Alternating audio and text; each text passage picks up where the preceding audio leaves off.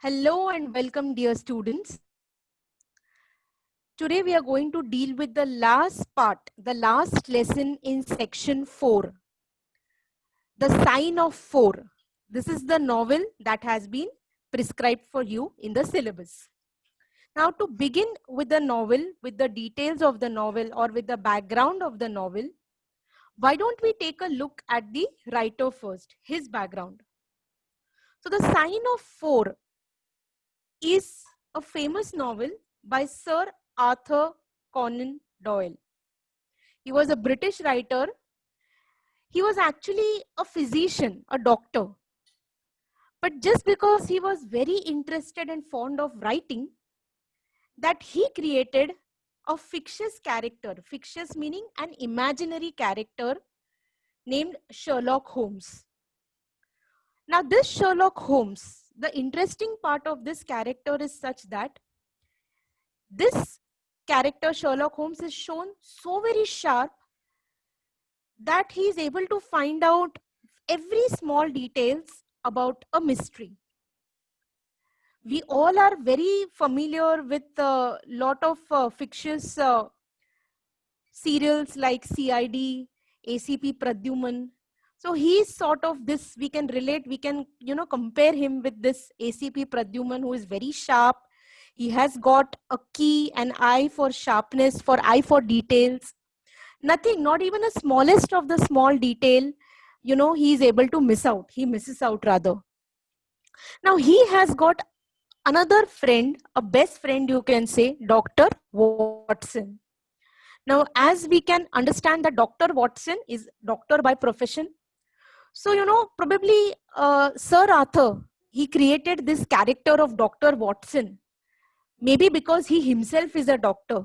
So, he wanted to see a character of doctor in the entire stories, all of his stories. So along with this, along with Sherlock Holmes and Dr. Watson, Sir Arthur Conan Doyle has created many wonderful mystery stories, murder mysteries or mysteries of treasure, and they have been really loved by people because till the last minute, there are many openings, there are many surprises for the reader. The reader just cannot make out what, or there is nothing that the reader can just, guess. The reader only has to imagine, only keep on, there are many guesses that come up and the truth is revealed. The end of the story only reveals the truth. The climax is as interesting as the story. So, Sherlock Holmes stories have been translated all over the world in many different languages. Children and old, all alike, love and enjoy reading Sherlock Holmes stories. So, Sir Arthur Conan Doyle, uh, he has given a wonderful gift to the readers in the form of Sherlock Holmes. All right. So, students, we can just read that Doyle was a prolific writer, an excellent writer. Other than Holmes stories, his works include fantasy, science fiction stories about Professor Challenger. Okay, this is another character, another fictitious character. Humorous stories also. Okay, humorous is having an essence of comedy. Okay, about the Napoleonic soldier, Brigadier Gerard. Okay, as well as plays, romances, poetry, non-fiction, historical novels. So, Sir Arthur Conan Doyle has not only written about murder mysteries, but his stories also include fantasy, science fiction, comedy, humor. Okay, he's also written plays, romances, poetry, non-fiction. Just imagine his interest in writing.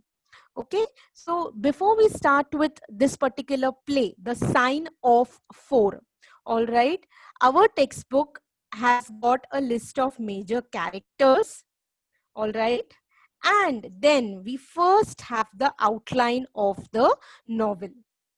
Because students, as we have done the earlier novels, To Sir with Love, all right, Around the World in 80 Days, both these novels, students, we have understood that we just don't have to study the entire novel. We just have to study certain chapters.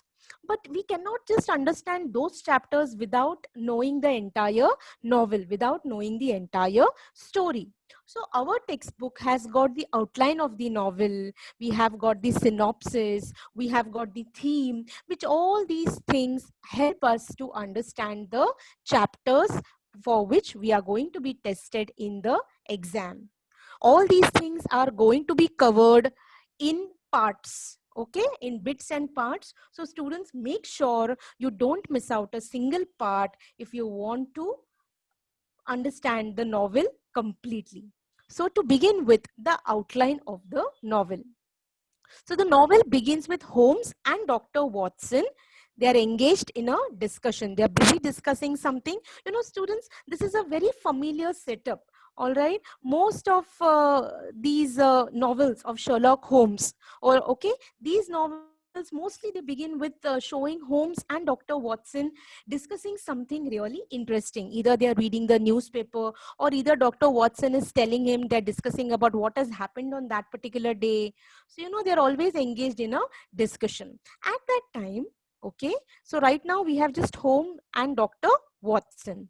So we have the entry of the third character, that is Mary Mordson. Mary Mordson, now who is she? She is a young woman, okay, and she has specially come for Holmes' advice. Okay, she soon visits the two at their place. She wants to meet them. All right, especially she wants Mr. Holmes' advice. Now, during their meeting, Mary tells that after her father disappeared under mysterious circumstances some 10 years ago, she began receiving a large pearl in the mail on the same day of every year. Now, obviously, Sherlock Holmes is a detective. He's a very famous detective. So, who's going to come to him? Definitely somebody who is troubled, someone who feels that maybe there is no use going to the cops. It is better if I go to Mr. Holmes. So, with that hope, all right, she has come to meet him. Okay, and during this meeting, Mary, what does Mary share? What information does she share? She tells him that her father, he does disappeared under mysterious circumstances. She does not know where he is. Okay, and he has disappeared 10 years ago. She's waited and waited for him, but he has not arrived. Okay, so we are thinking, how come she's come now after 10 years? You know, what happened? What has happened in her life that now all of a sudden she has come to Sherlock Holmes for help? So she also reveals that she began receiving large pearl, okay, in the mail, all right, on the same day of every year. On that one day, she receives a pearl. Pearl is a moti, okay. Uh, हर साल में एक बार उस दिन पे she receives this pearl, okay. She tells that she has received a letter this time. All right, the reason why she has come to Mr. Holmes is that now that she received a pearl, okay, in the last year, she's received a letter. Okay, the letter is instructed her, okay, and two of her friends to come to Lyceum Theatre. She has been called to this particular place, okay, and now hence this is the reason she has come to Sherlock Holmes. Okay, otherwise probably it must not even, she would have been waiting for her father, thinking that that pearl is sent by her father. But now she has been called to this particular place, and that is the reason, that is the exact reason why she has come to meet Sherlock Holmes. The letter gives a hint that some injustice has been done to her. कुछ तो उसके साथ गलत हुआ है, and that is why she has been asked to come over that particular place. Now, Holmes, Sherlock Holmes, as curious as he is, okay, and Watson, they agreed to accompany Mary. Soon, Watson and Mary are attracted to one another. Students, this is just the outline of the novel, isn't it? So, you know, we have all the events that are happening in a story at a very fast pace. Okay. So gradually as they meet, definitely now all this hasn't happened in one meeting. Definitely Mary must have met them. Mary Watson must have met them many times.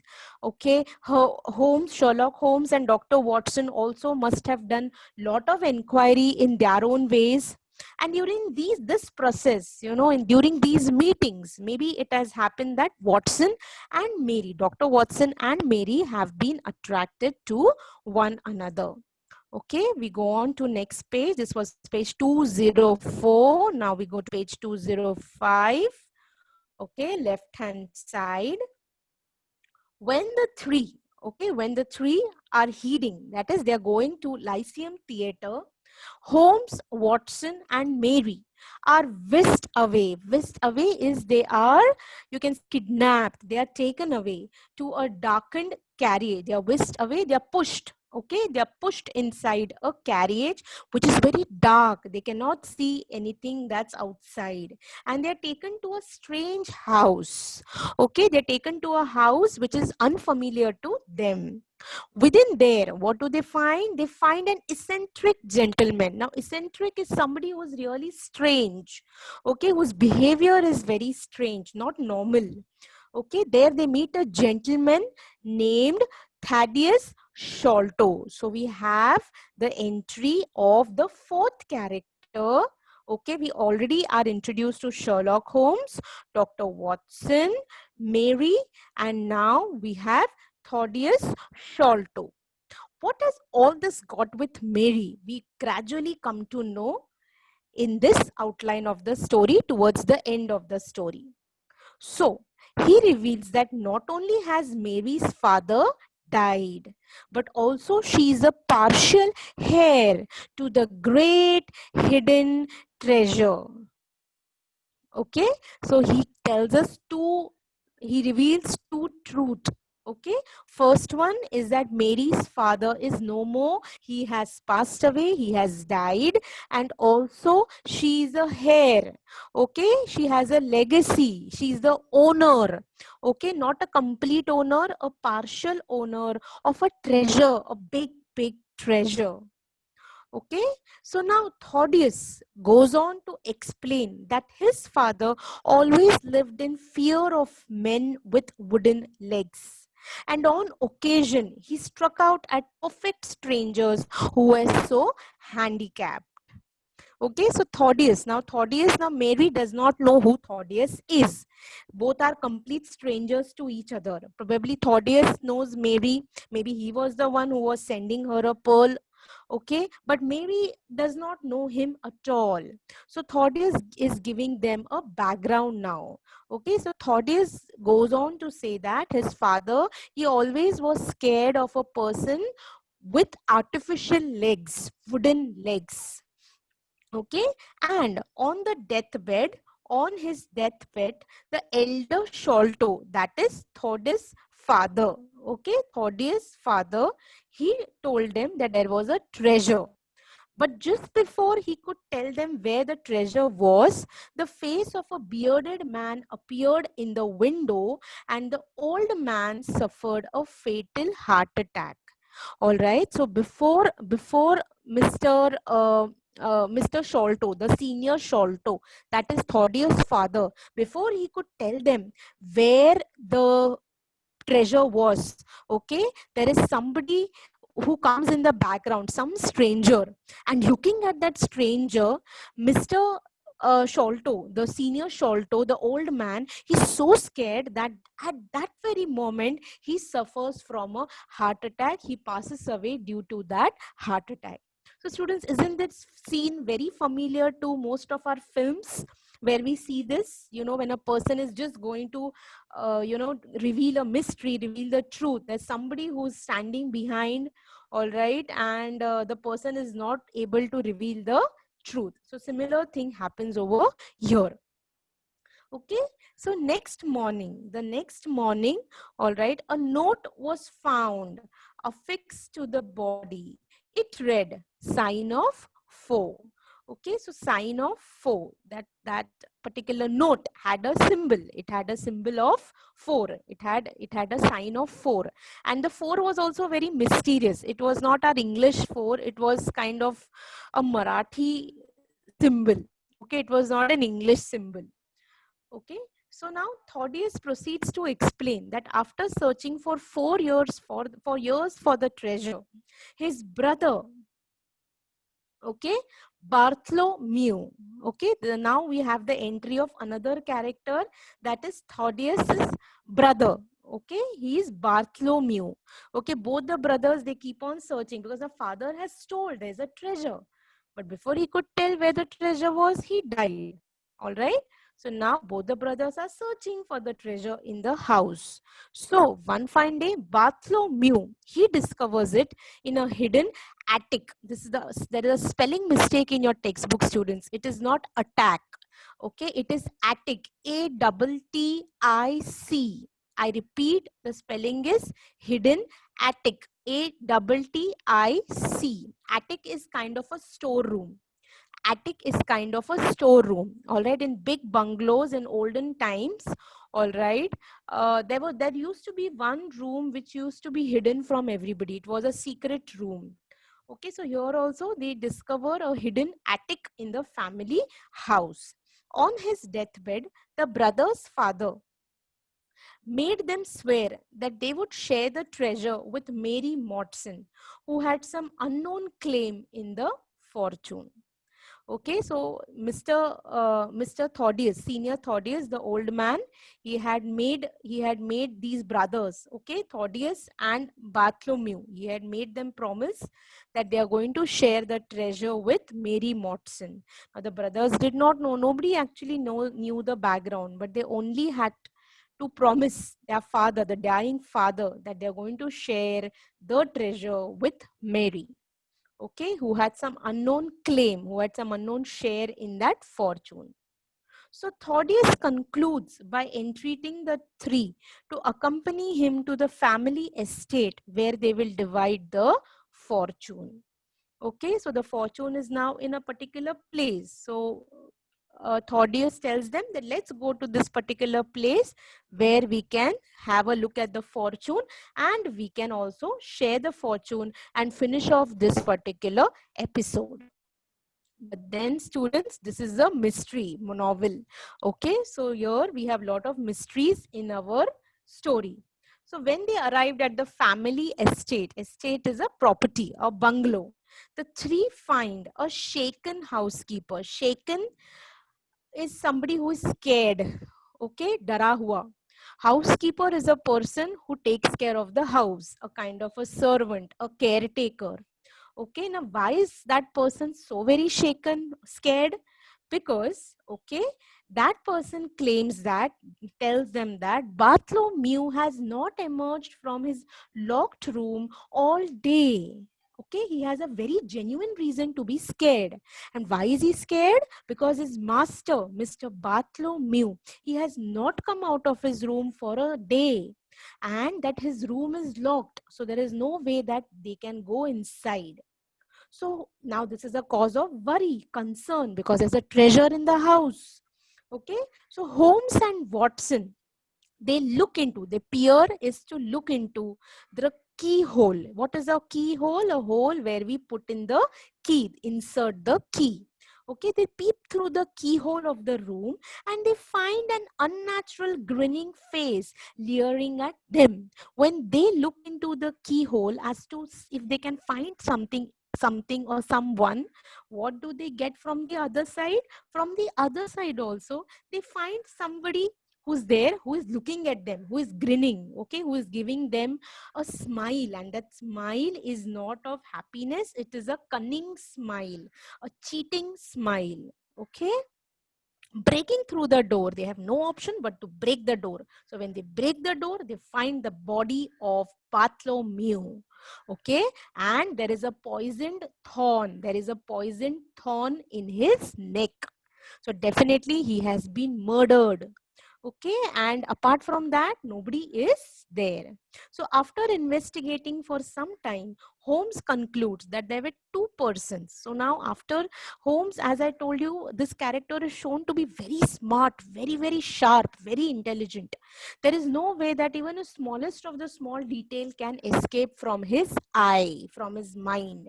So he investigates this room for a long time and he concludes that there are two persons in that room, one of whom had a wooden leg. Okay, he was also there in the crime. Okay, according to Holmes, the second person, let me just scroll down. According to Holmes, the second person was an especially interesting individual.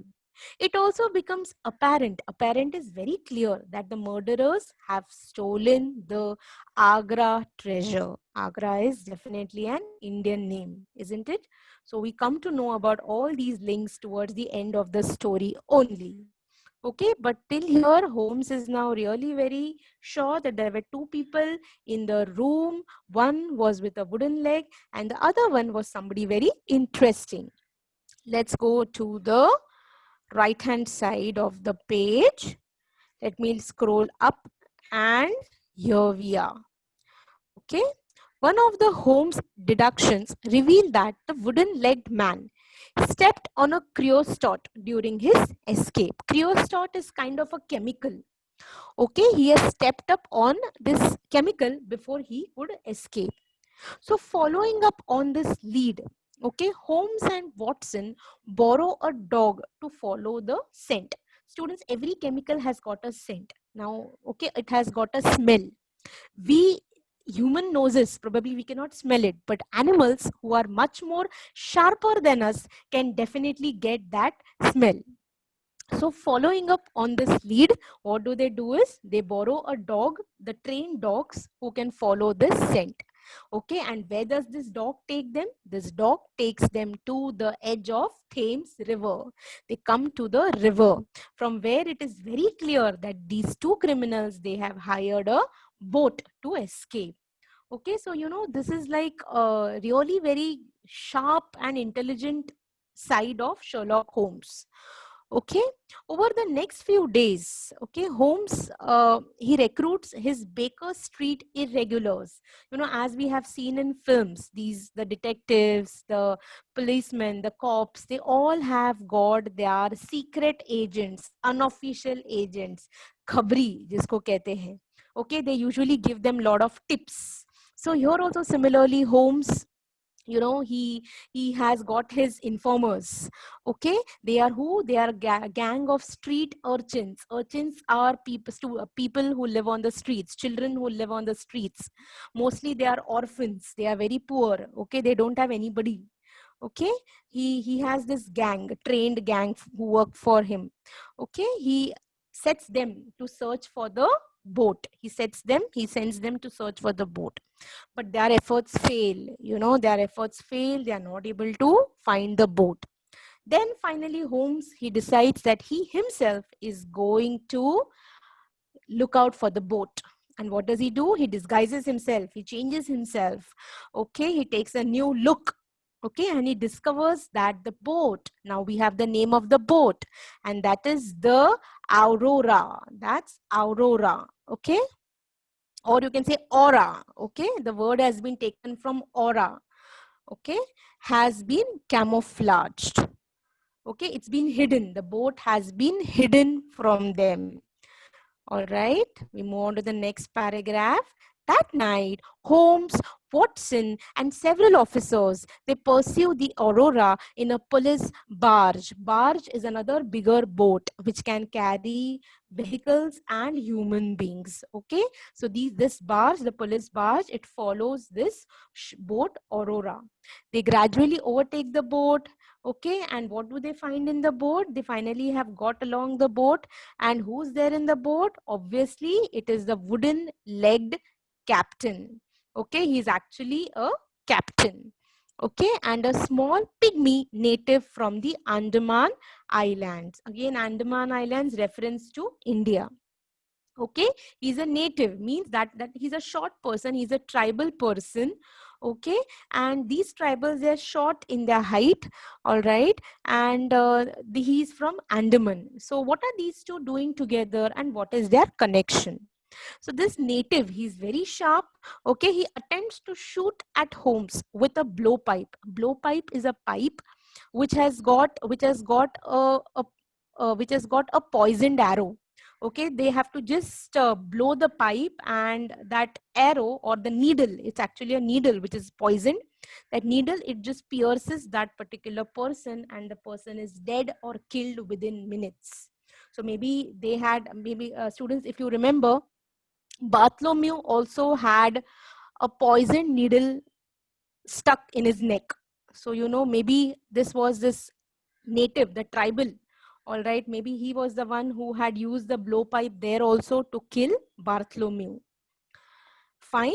So this native, when he attempts to shoot Holmes with his blowpipe, he is in return shot down by both Holmes and Watson. Now Holmes, as we know, is very sharp, hero, all right. So before the native can, you know, kill him, he shoots at that person. All right, the Aurora runs aground. Okay, it has stuck to the ground. There is no way that, and it's stuck up in mud. It's stuck up in mud. So students, there are some details that I'm telling you are not there in this outline. They are actually in the novel. So I'm just trying to share a few details from the novel so that you know the links, you know the details. Okay, so the Aurora runs aground, and it's, as I told you, it's stuck up in mud. Now, since this person has got artificial legs, he cannot run anywhere. Obviously cannot just run anywhere, and he's trapped in that mud. Okay, and thus he's captured. So now we come to the climax of the story and the next paragraph. The wooden-legged man. Now we come to know who he is. His name is Jonathan Small. Okay, a new character for us again, Jonathan Small. He's brought back to the Baker Street along with the iron box, which is found on the boat. Okay, so probably till now everybody is thinking that that iron box contains treasure. So let's see what's there inside. So now Captain, he's actually Jonathan Small, actually probably, let's see about his background in detail later on. So Captain Small proceeds to relay the story of the Agra treasure, which began when he was stationed as a fortress gatekeeper in India. So students, now do you understand why is he referred to as captain? Because he worked in the army. And where was he stationed? Where was he positioned? He was positioned at a place in Agra, at a palace in Agra. So he was a gatekeeper. Okay, he was a gatekeeper. Fortress is a kind of a wall that is surrounding a palace or a very important place. So that's a fortress which nobody can enter. So he was the gatekeeper. He had a very important role. He was a gatekeeper of that fortress. Okay. So Small explains, that is Captain Small, Jonathan Small explains, this is his name. Okay. He explains that he was approached by 3 Arab guards and offered a share in a great fortune if he would help them murder the man who carried it. Okay, so now we go back to his past. We come to know that he was approached by 3 Arab guards. Okay, and what he had to do? He had to help them. He had to help them kill a man. Okay, he was supposed to come there with a big fortune. That is a treasure, richness. So you know, when a person is greedy, greed can make you do lot of things that you don't want to do. So here also probably he had become greedy the moment he had heard the word treasure. So, you know, he agreed with these Arab men that he would help them he would help them murder or kill that particular man. So when the man, an emissary is a person who comes with, whose task is to come with, you know, goods or some message. So from some other country, all right. So when the man, an emissary from a wealthy sheikh, he was a representative, okay, kind of a representative. So he was coming from a wealthy, rich merchant. He arrived there. The three Arabs, they murdered the man as small block his escape. You know, small blocked his escape, and these three Arabs, they had killed him. They also, all these four conspirators, they had hid the treasure, but soon after were arrested for the murder of the emissary. Okay, they had, what had they done is, all these four people, the three Arabs and Captain Small, they had not only hid the treasure, but they had actually hid the body, the dead body of this emissary of the representative as well. Okay, they had actually dug up the body also. So when the body was found, these three, the four people, that is Captain Small and the three Arabs, they were all caught for the murder of this emissary, murder of this representative. Okay, then definitely he was punished. So Small was sent to a penal colony on the Andaman Islands. Students, Andaman Island had a jail named as Cellular Jail. Many of our Indian revolutionaries, freedom fighters, were also sent over there for this famous Kala Pani ki saza. Okay, because it was believed that people who went there never came back. So, you know, Small was sent over to a prison on the Andaman Islands, where he managed to befriend. Okay, befriend is to become friend with a native. Okay, a native, a local. Native is a local person. And what was his name? His name was Tonga. Okay, the names are really a little funny, hilarious, but then, so Captain Small and Tonga became very good friends. Now, students, it's not mentioned over here, but what had happened was, this man Tonga, the native person, he was bit by a snake. And in those days, when a snake bit a person, it was very difficult for him to survive. But then Captain Small had a lot of knowledge about medicines. So he had saved Tonga's life. And thus Tonga had become his loyal companion. Okay, so Captain Small and Tonga had become really good friends. Now, what they had done was, they had bribed, okay, Rishwat di thi do guards ko. Okay, they had bribed two of the guards on the island, Sholto and Motson. So now, do you understand, students, the link? Mary Motson, Theodis Sholto, Bartholomew Sholto. So this is how Sholto and Motson are related. Okay, we come to know about the complete detail in the coming paragraphs. Okay, so probably Captain Small, he wanted to run from there. So both of them, they bribed these two policemen, Sholto and Motson. We move on to the next page, page 206. So it's given over there. Motson is Mary's father.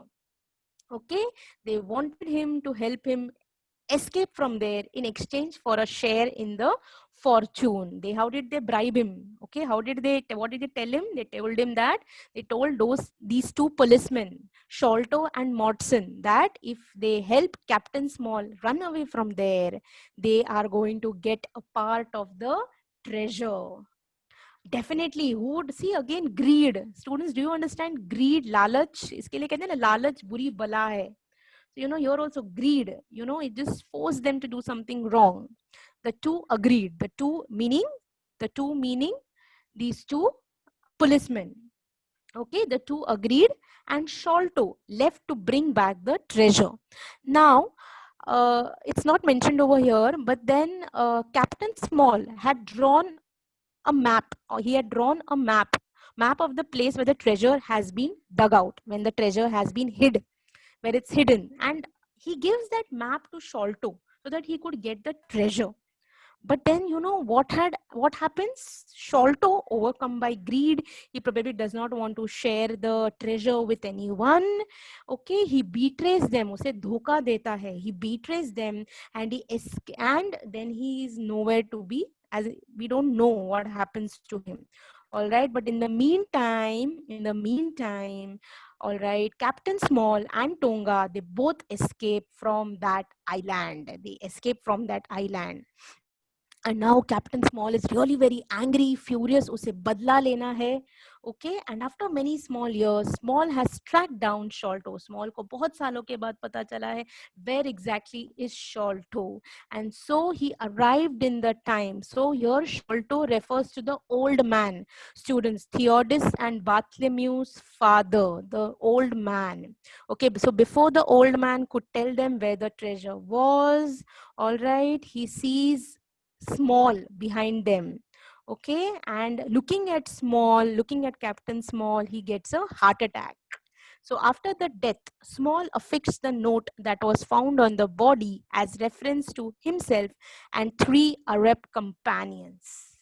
When he returned to Sholto estate, Tonga murdered Bartholomew and the two stole the treasure. They definitely come to know that the treasure is not there, but the treasure is there on the estate where Bartholomew is staying right now. So they kill Bartholomew and they steal the treasure. They take the treasure with them. So Small concludes his narrative by revealing that in the course of the chase on the Thames, he threw the treasure overboard. That means probably Captain Small understood that he has been followed by the police. Police are going to catch hold of him. The treasure, he's not going to get the treasure. So look at what he has done. Okay, he probably felt that if the treasure does not belong to me, the treasure does not belong to any. Okay, I repeat, if the treasure does not belong to me, the treasure does not belong to anyone. So what has he done?